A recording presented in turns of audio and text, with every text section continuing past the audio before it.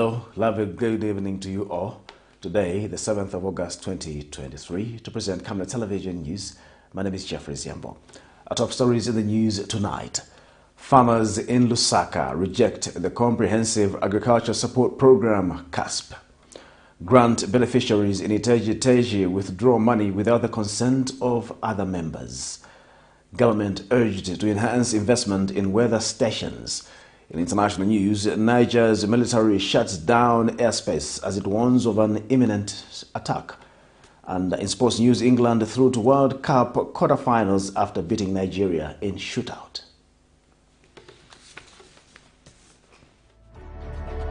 Water is life.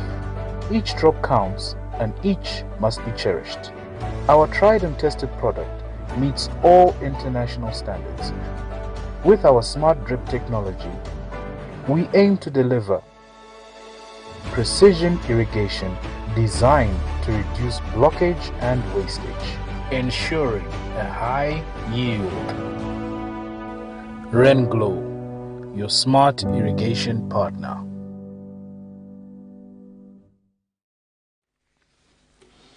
Hello again. We now have the news in detail.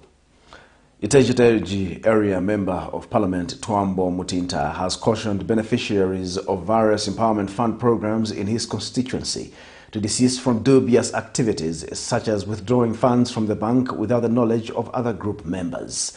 In an exclusive interview, Mr. Mutinta says he has continued to receive reports of individual members in his constituency, particularly belonging to the women groups, doing such illegal activities.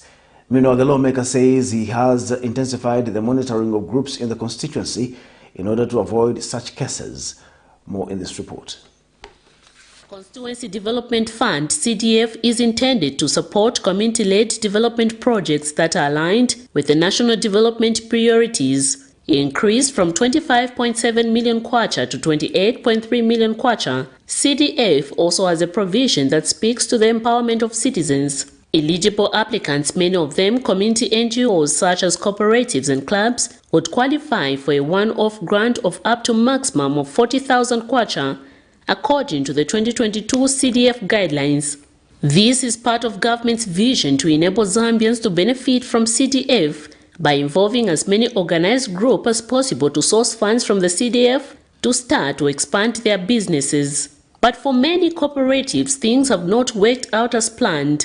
In ITEZHI-TEZHI constituency in Southern Province, reports of serious misuse of funds have risen. ITEZHI-TEZHI area member of Parliament Twambo Mutinta has cautioned beneficiaries from various empowerment funds programs in his constituency to desist from such illegal activities of withdrawing the funds from the bank without the knowledge of other group members. To caution the beneficiaries of the various empowerment programs in ITEZHI-TEZHI that they need to use these monies prudently and they need to coordinate as groups, especially for the grants. At the moment, we have continued to receive reports of individual members belonging to particular women groups that are withdrawing the monies from the banks without the knowledge of the other members of the clubs and the groups. For me, this is tantamount to fraud, and I want to caution such groups that very soon will swing in action. We are working very close with the bank. Meanwhile, the lawmaker says he has intensified the monitoring of groups in the constituency in order to avoid such cases. And we are also intensified our monitoring of these groups in the communities. Should we hear any foul play in terms of individual members attempting to get these monies or attempting to personalize these monies and putting the other members of the clubs on the site, we shall going to ensure that some of these clubs will revoke their participation in the CDF, and we also ensure that we put them in the police cells so that they can set an example to the others who feels that these monies that government is giving in terms of the loans and the grants, it's the monies that they can use in a reckless manner. This will require a lot of information to be shared, especially that there are low levels of public knowledge and access to information about the allocation and usage of CDF, because this makes it difficult for them to facilitate the monitoring evaluation and sustainability of these projects. Miriam Kaimba, reporting for Camnet TV News. The National Union for Smallholder Farmers of Zambia, NUSFAZ, has advised the Ministry of Green Economy and Environment to invest in weather detection equipment for it to be providing timely information to farmers in order for them to make informed decisions. NUSFAZ Executive Director Frank Kayula suggests that government must take advantage of technology to send mass messages to farmers on the impact of the looming El Nino. Researchers have warned that Southern Africa is likely to be hit by a moderate to strong El Nino and emphasized the need for early preparation in anticipation of the potential impacts of the 2023 El Nino in Southern African countries.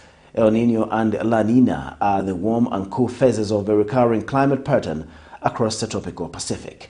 Here's a report. As the world continues to grapple with the effects of climate change, another disaster awaits countries in the Southern African region.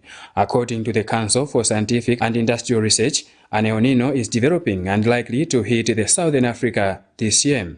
This is why National Union for Smallholder Farmers of Zambia Executive Director Frank Kayula has advised the Minister of Green Economy and Environment to invest in weather detection equipment and give timely information to farmers in order for them to make informed decisions. And we are hoping that it will not be a terrible situation in the sense that we see what has happened in the past.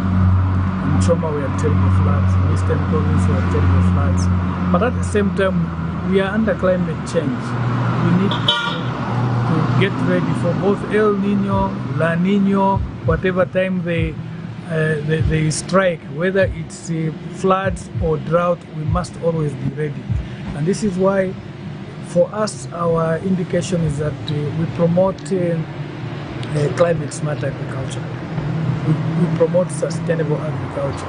And if it's just inbuilt in us, let El Nino come, we'll be ready. Let La Nino come, we'll be ready for whatever disastrous climate conditions that will be there. For every cardinal institution that they should be able to get the information and tell us exactly what we need to hear. So we will call upon MET to disseminate the information to many. He suggests that government take advantage of the technology to send bulk messages to farmers about the expected weather patterns in the farming season. Let's use the text messages, which can be received even by people with the tianka kind of phone, the phones that may not have, that may not be smart. So we can send those text messages that can prepare the farmer everywhere. El Nino is coming, and this is what we expect you to do. So communication is very, very important. MET has to be on top of things. Right now, MET communicates to a few people, mainly through media and the like. But also, if government can give them sufficient money, as they give cabinet the example that I gave, so that the MET can also be able to say, hey guys, we are going to pass on mass messages as well through media houses. We are going to pass on mass messages also through text messages, so that as many people as possible know what they are talking about. Those messages must reach the intended people. While drought is the main threat to food production, El Nino can also cause heavy rains, flooding, extremely hot or cold weather conditions. Vincent Piri for Camnet TV News in Lusaka. Climate change advocates have called on the government through the Ministry of Justice to speed up the process of ensuring that the climate change bill is presented before Parliament. Climate Clock Zambia lead coordinator Akufuna Muyunda says once enacted into law, the bill will provide a legal framework to address issues of climate change. Meanwhile, Musumali Foundation CEO Abel Musumali observes that the more the climate change bill is delayed to be tabled before Parliament for enactment, the more the country is delaying on climate change interventions. More in this report. Zambia has been experiencing diverse impacts of climate change, including an increase in frequency and severity of seasonal droughts. Occasional dry spells, increased temperatures in valleys, flash floods and changes in the growing season. Climate change advocates are now calling on government through the Ministry of Justice to speed up the process to ensure that the climate change bill is presented before Parliament. They are of the view that the bill, once enacted into law, will provide a legal framework to address issues affecting climate change. Policymakers, the lawmakers, to take this issue as a priority to ensure that this climate bill can be pushed forward into becoming a law, and that will make work easier for all sectors involved in the fight against climate change, from private sector to the civil society to the government itself, and this is what we want to see as a country.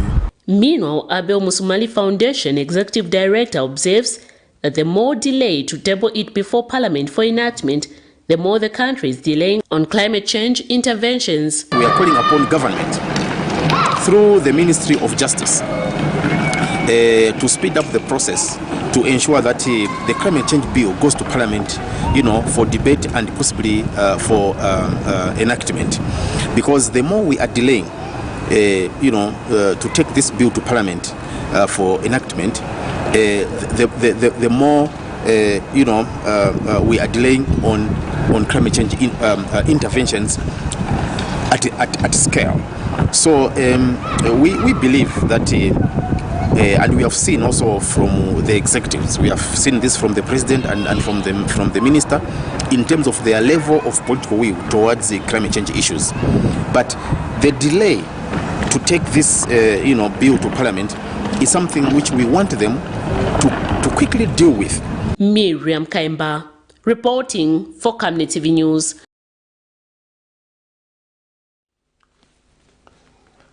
Farmers in Lusaka district have rejected the Comprehensive Agricultural Support Program, CASP, that government intends to introduce.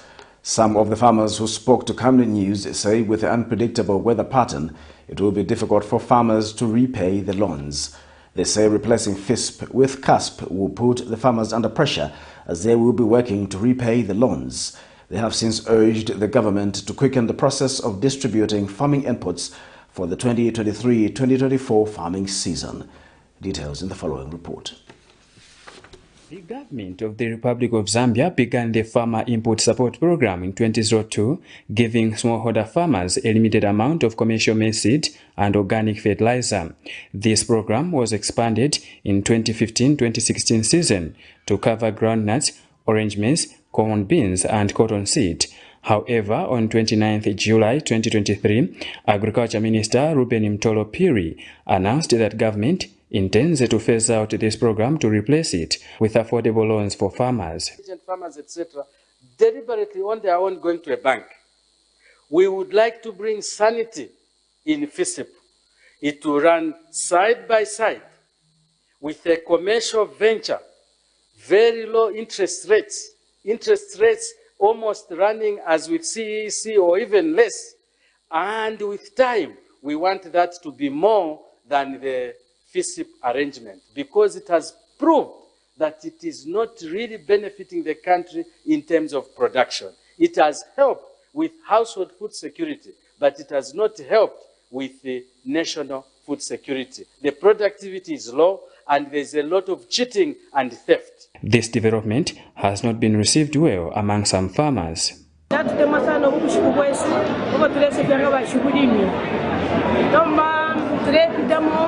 Climate change ifintu tafirenda kwarisa rima kasubaka barisha vyalokota vyauma chotuleta pi kubiteko bwesu kutwafuirishe nemisombwere tayari bwino fertilizer yashire pareti so twashire bika fertilizer datwabika fertilizer kasubaka bara yarisa umina parapera so kusombo shinga unomo akatwa kweto bwino ikwelista kuri mina kwazi msesule pareti atira ngo kusombo shikule bwerera panshi so turelomba kuma president wetu kuti ino vatisaka mane vatupereko kwa fertilizer padunga twanima kwa kushira mutoshesu tubaisa mukwata sombolo kusuma namanga vatuletira reti chose frete yaonaika this year vatuletera mukundo December January matalata yali bwino so turelomba uno mwaka vatuletera kwa mukundo fertilizer kwangu ta fertilizer kona this year yako etama twale changa twabika di tuisa mkubika top dressing tuisa sanga tanga naya ya wati tetwa bika modi so tulero mbako batufa ile ko federize ikweti amaka batukote konsenshi achimbyo chonderanga ni pali cassava production cassava ile bola so batu wafurisha ko tulechitashani kumuti wa kubi wa buswa tulechitanga twalima tute batapale ko tulesomba tulesanga tutenzi nayibo nombe yo yalo ni bitikala flo kwanisha musango na climate change cause tukala batimfula ile rukabwino tulesombola tukakweshengera ero chikale shupe mfula ya kangulo amba tukala chitashani mukwesha lomi. Under FISIP, the government distributes subsidized agricultural inputs to small-scale producers of the staple food crop maize. With climate change at play, which may affect their harvest, farmers remain optimistic that government will listen to their cries before, just like Zambia, they too default to repay their loans.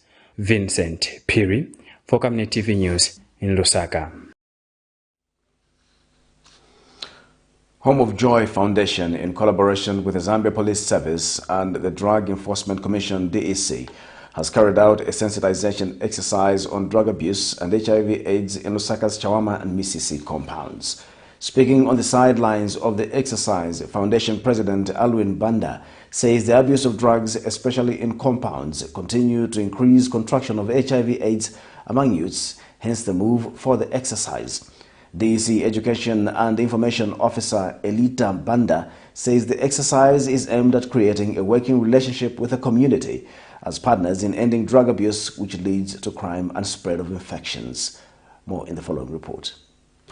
According to the Zambia Population-Based HIV/AIDS Impact Assessment 2021 Zambia report, incidence of HIV among adults aged 15 and above in Zambia was 0.31%, which corresponds to approximately 28,000 new cases of HIV per year among adults. The country has, however, recorded significant reduction in HIV/AIDS infections over the years among women and men from 17.8% and 12.9% to 15.1% and 11.3% respectively. Despite these achievements, there has been notable increase in HIV prevalence among urban young men over the past 12 years, contrasting declining trends among young women in both urban and rural populations. This has been attributed to, among other factors, such as drug and alcohol abuse, which make the group engage in risky behaviors, as a result contracting HIV/AIDS. In addressing this interlinkedness among drug abuse, HIV/AIDS and gender-based violence, the Zambia Police Service and Drug Enforcement Commission DEC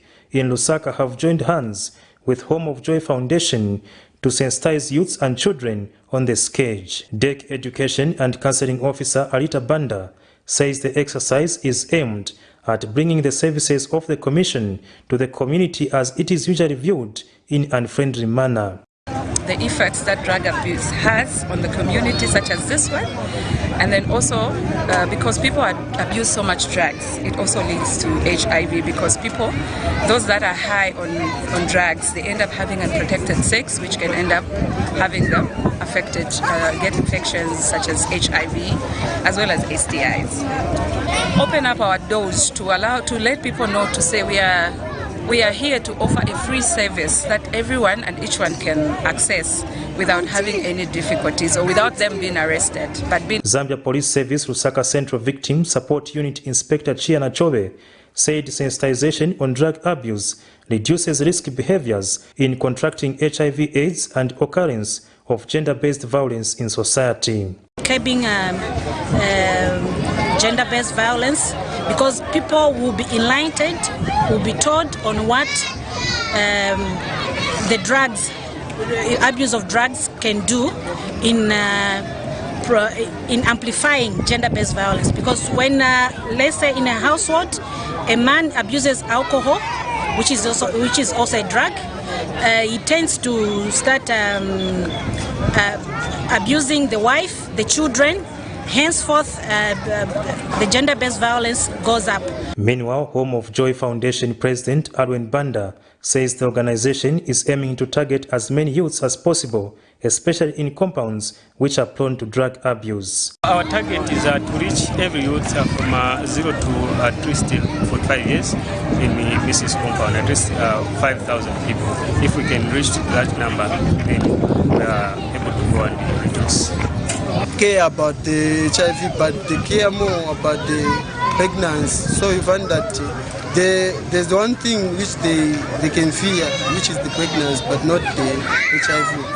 HIV is the transmitted disease which can easily transfer from one person to another through sex or any cuts if you become in contact. So that's how it is. For Camnet News, Afias Kaptula, Lusaka. Some stakeholders are calling for effective strategies that will address untimely disposal of court cases, court infrastructure, and financial independence for the judiciary. Community Action Against Corruption Chief Executive Officer Brighton Tembo says there is need to expand judiciary infrastructure as the current court buildings were built to cater for a population of less than 5 million people, which is not the case now. Meanwhile, Chapter 1 Foundation Chief Executive Officer Director Linda Kasonde hopes the government will soon address the challenges surrounding the country's judicial system. Here's a report. Judiciary is among the three arms of government, others being the executive and the legislature. Some of the functions of the judiciary include, but not limited to, administration of justice through resolving disputes between individuals or between an individual and the state, interpreting the constitution and the laws of Zambia, promoting the rule of law and protecting human rights. But with increased Zambia's population, court cases linger like forgotten whispers, echoing through cobweb chambers, coupled with cases that take longer to be disposed of, to the expectation of those accused. In this land where patience is tasted, justice seekers find themselves trapped in a web of delays, their rights left to fade like untended gardens. The case in point is that of former ZAF commander Eric Chimese, whose case took over 4 years of trial for it to be concluded. Community Action Against Corruption Chief Executive Officer Brighton Tembo underscores the need to improve infrastructure under the judiciary as the capacity does not match up to the country's population.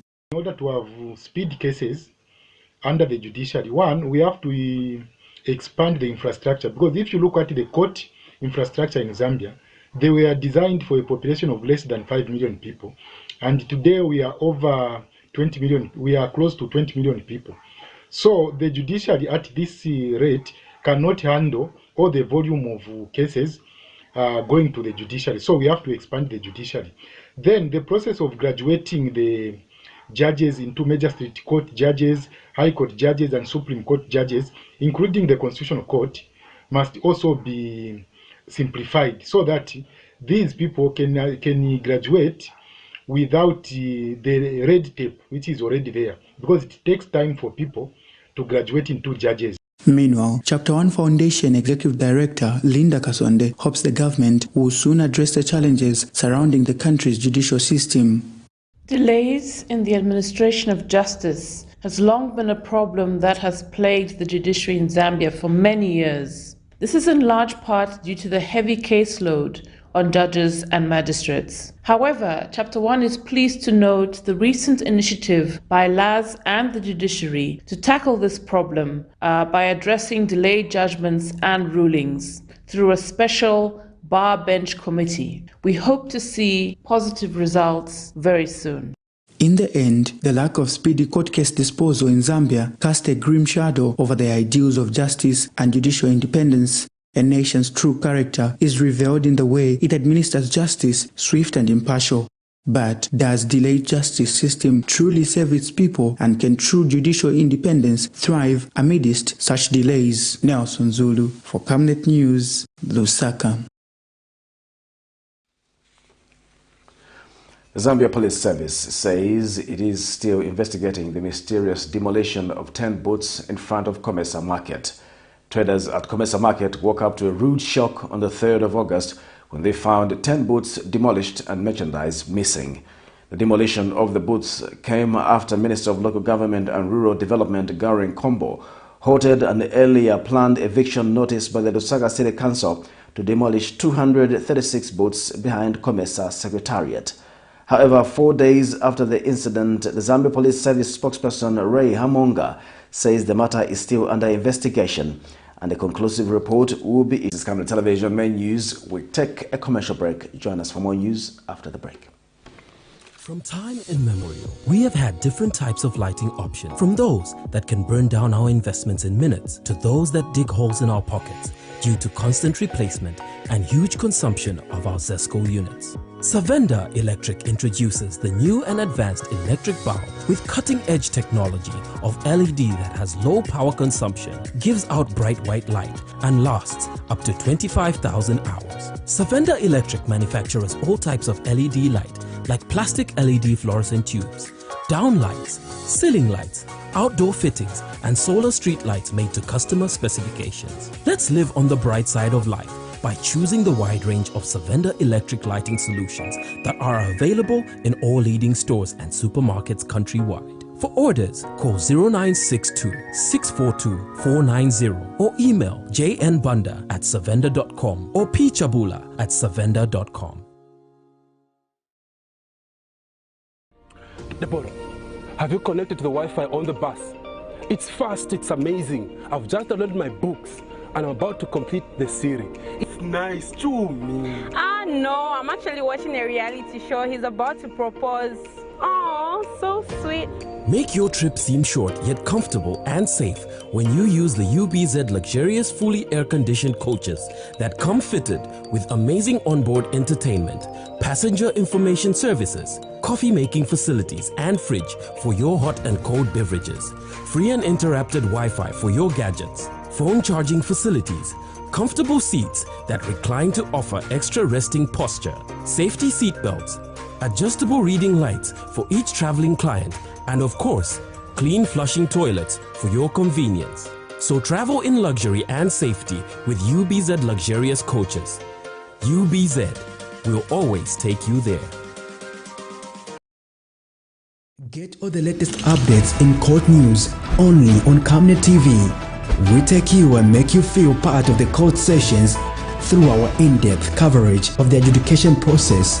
Get informed on those who have been arrested, delayed and denied the police bond or bail victims, persons taking plea, court adjournments, verdicts, and those administration issues in the judiciary. Camnet TV is on channel 274 on DSTV, channel 25 on GoTV, and find us on channel 106 on Topstar. You can also follow and give us a like on our social media platforms. Camnet TV, not just another channel. Every Monday to Thursday afternoon, join us for the Lunchtime Cafe. We get to bring to you emerging stories making the headlines, midday news, and we remind you of what political leaders and governance actors said back in the days. In forgotten stories, we emphasize to you the importance of eating healthy foods and leading healthy lifestyles on the Nutrition Corner. Get the latest updates in sports and critical interviews. Because we value your contribution to national matters, we accord you an opportunity to share your perspectives during the viewers' reactions. The Camnet TV Lunchtime Cafe is an all-inclusive buffet. Camnet TV, not just another channel.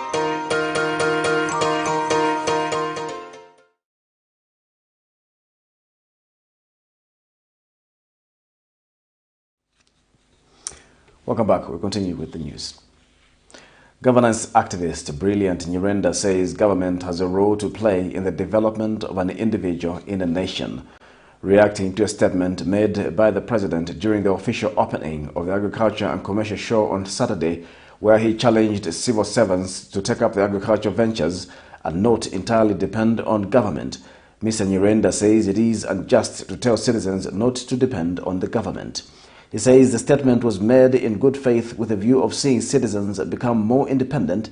However, the government has a duty to assist citizens understand the role they should play in the development of the country and avoid being too expectant. Which reflect also the power that they have as the government ministers and government officials that are operating.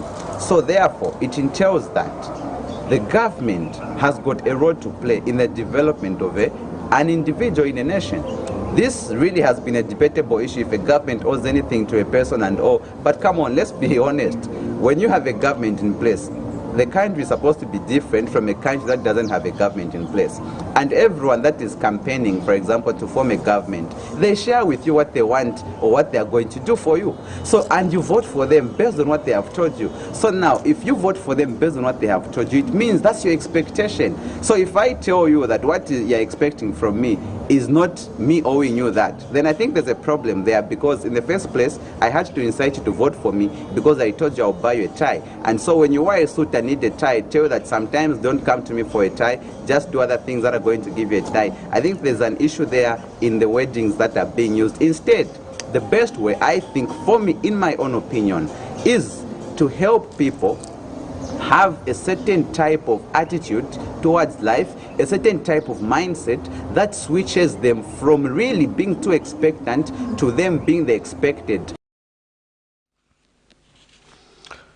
A 36-year-old man of Congolese origin has been arrested for posing as a health practitioner and operating an illegal health facility from his residence in Lusaka's Makeni East area. Brian Musonda was arrested on the 28th of July 2023 in an operation conducted by the Health Professionals Council of Zambia, HPCZ, in collaboration with the Zambia Police Service. HPCZ Public Relations Manager Terry Musonda says the council received an anonymous tip of Mr. Musonda's illegal conduct, where it was alleged that on deaths unknown, but between the month of July, caused the death of a 37-year-old woman of George Compound in his attempt to conduct an operation to remove fibroids. Mr. Musonda says the suspect has since been charged for contravening several provisions of the Health Professions Act number 24 of 2009, including Section 6, which prohibits any person from practicing without registration, and Section 36, which prohibits operating a health facility without being licensed by the council. He adds that at the time of his arrest, one patient was found admitted at Mr. Musonda's premises, and various medical equipment and supplies were recorded. In collaboration with the Zambia Police, we did conduct an operation in which a Congolese nation was apprehended for operating an illegal health facility, at the same time practicing a search. The said illegal practitioner was arrested, and at the time of his arrest, his facility was found with one patient who was admitted. It is alleged that he caused the death of a named woman from George Compound when he was trying to operate on her by attempting to remove the fibroids. So as HPCZ, we want to appeal to the general public that they should always seek health care from legally established facilities, and the responsibility to stick to standards is not just a responsibility for HPCZ, neither is it for law enforcers alone. It is a collective responsibility, it's a concerted effort with the general public. So we want to appeal to the public that please, whenever you need to seek health services, we have enough dotted health facilities countrywide where we can seek health care. The Zambia Medicines and Medical Supplies Agency, ZAMSA, says shortages of essential medicines in health facilities will be a thing of the past due to investments in local medical suppliers. ZAMSA Public Relations Officer Gift Calabar says the agency is investing in local manufacturing of medicines through building capacity in local manufacturers by providing empowerment funds. Meanwhile, Pharmaceutical Society of Zambia President Kennedy Saini says the move to localize the production of local medicines will improve the country's health system. Here's a report. In the dim light of health facilities, essential medicines paint a canvas of resilience as they are the cornerstone of care. According to the United Nations Sustainable Goal number 3 on good health and well-being, improved healthcare services and availability of medicines inclusive topped the Agenda 2030. In recent months, the UPND administration had been under fire for drug shortages, with the national drug stock levels having stood at 53.1%, a threshold below the World Health Organization target of 70% and 80% due to a messy supply chain in the pharmaceutical industry, costing the state millions of kwacha. But Pharmaceutical Society Party of Zambia President Kennedy Saini says there is a need to strengthen the capacity of local manufacturers of medicines for the country to be medicine secure. Mostly above 80% of the medicines we consume are sourced from abroad, mostly from India. And so it's important for us to work on and improve local pharmaceutical manufacturing. And there's a lot that has happened in the past where we have now worked as a country on what we call local pharmaceutical manufacturing strategy. Meanwhile, Zambia Medicines and Medical Supplies Agency ZAMSA Public Relations Officer Gift Kalaba says the agency is empowering capacity with local medicine manufacturers. Pharmaceutical sector or industry, we have a number of local citizen suppliers we are working with, but we want more so that even as ZAMSA is trying to procure, store and distribute these essential medicines to communities, we have a number of suppliers whom we can procure from locally, and so that we also give back to the community. Because when we procure from citizen suppliers, it means that we are keeping the money within the country. We do not need to take the money elsewhere. And that speaks to us being part of transforming this country's economy. Mr. Kalawa also underscores the need to build financial muscles among the local suppliers for their manufacturing of drugs. A step ahead to engage the banks, so we are working with our banks, local banks, to ensure that we build capacity of our local or citizen suppliers. And when we need, they need some financing tools, the banks are there to also help them so that they work together. So it's a concerted effort, which ZAMSA and a step which ZAMSA has taken to ensure that we have a stable supply of these medicines. In the embrace of local production, essential medicines become more than just remedies. They symbolize self-reliance and an embodiment of a nation's commitment to the wellness of its people, a pledge etched in every label, every dose, and every recovered smile. Nelson Zulu for Camnet News, Lusaka.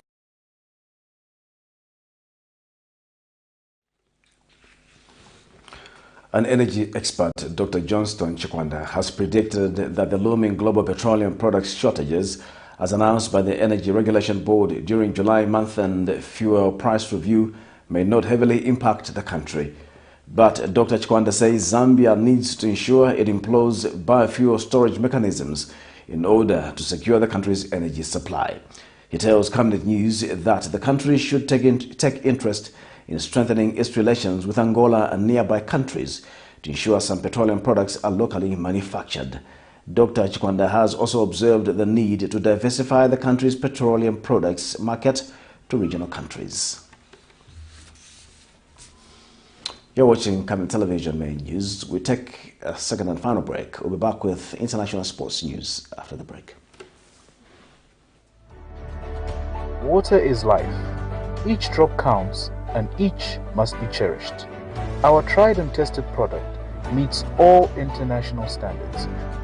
With our smart drip technology, we aim to deliver precision irrigation designed to reduce blockage and wastage, ensuring a high yield. RainGlow, your smart irrigation partner. Deborah, have you connected to the Wi-Fi on the bus? It's fast, it's amazing. I've just downloaded my books and I'm about to complete the series. It's nice, chumi. No, I'm actually watching a reality show. He's about to propose. Oh, so sweet. Make your trip seem short yet comfortable and safe when you use the UBZ luxurious fully air-conditioned coaches that come fitted with amazing onboard entertainment, passenger information services, coffee-making facilities and fridge for your hot and cold beverages, free and interrupted Wi-Fi for your gadgets, phone charging facilities, comfortable seats that recline to offer extra resting posture, safety seat belts, adjustable reading lights for each traveling client, and of course, clean flushing toilets for your convenience. So travel in luxury and safety with UBZ luxurious coaches. UBZ will always take you there. Welcome back. Now in international news, Niger's mutinous soldiers closed the country's airspace and accused foreign powers of preparing an attack as the junta defied a deadline to restore the ousted president. Niger's state television announced the move on Sunday night, hours before West African Regional Bloc ECOWAS had demanded that the coup leaders reinstate President Mohamed Bazoum of First Military Force. In his televised address, coup spokesperson Colonel Major Amadou Adraman said the National Council for the Safeguard of the country is launching a vibrant appeal to its youth, the noble sons and daughters of the country, that they be ready to defend their country. The July 26 coup, in which mutinous soldiers installed General Abdurrahman Chiani as head of state, adds another layer of complexity to West Africa's Sahel region that's struggling with military takeovers, spreading toward Russia, spreading Islamic extremism, and a shift by some states toward Russia and its proxy, the Wagner mercenary group. Here's a roundup of international news for more.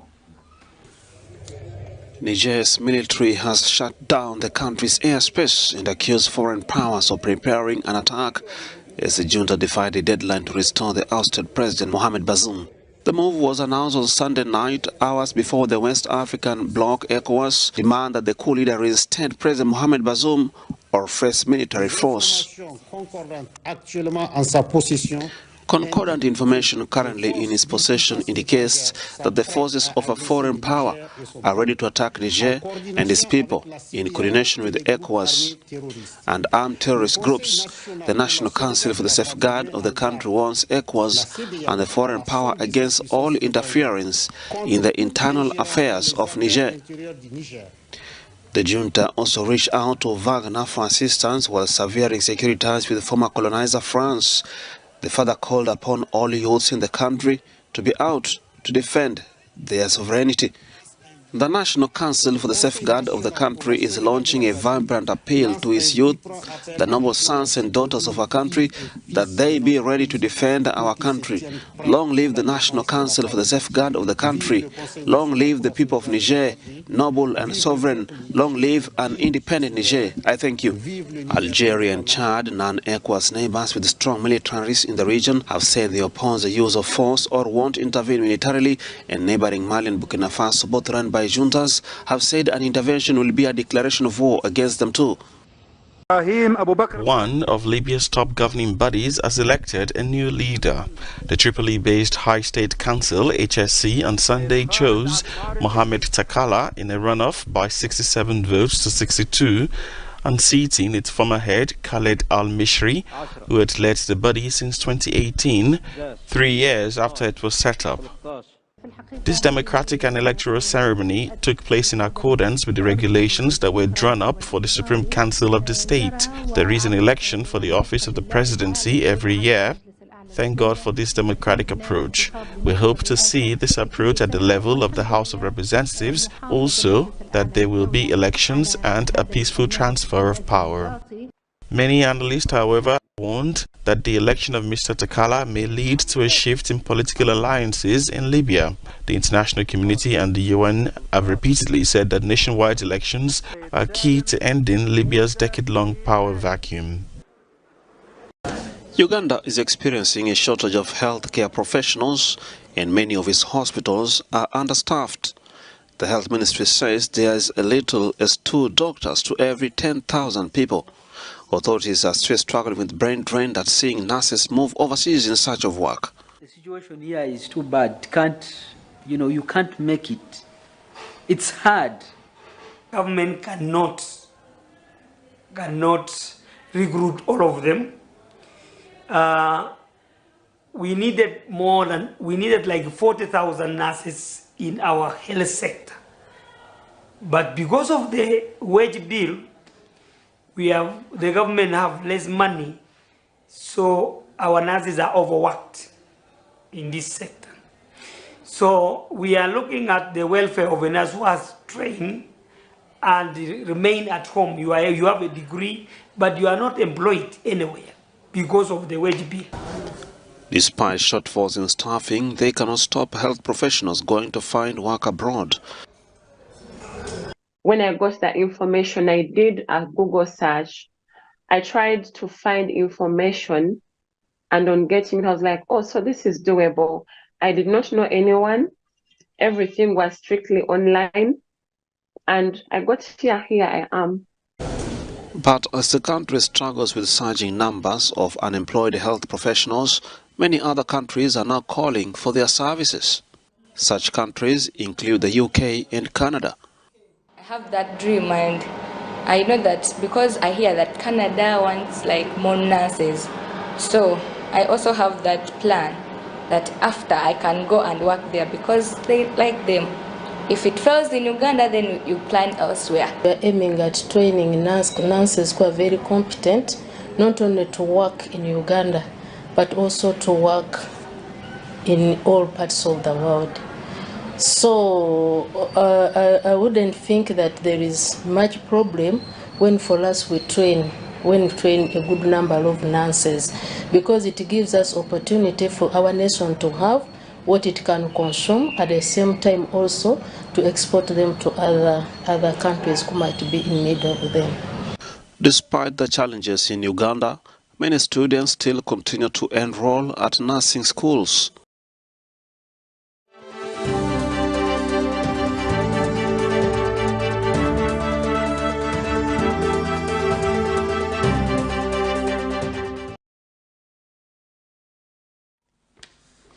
And now in our sports news tonight, England dumped Nigeria out of the Women's World Cup in a last 16 penalty shootout on Monday, with Chloe Kelly scoring the decisive spot kick following a 0-0 draw over 120 nerve-jangling minutes.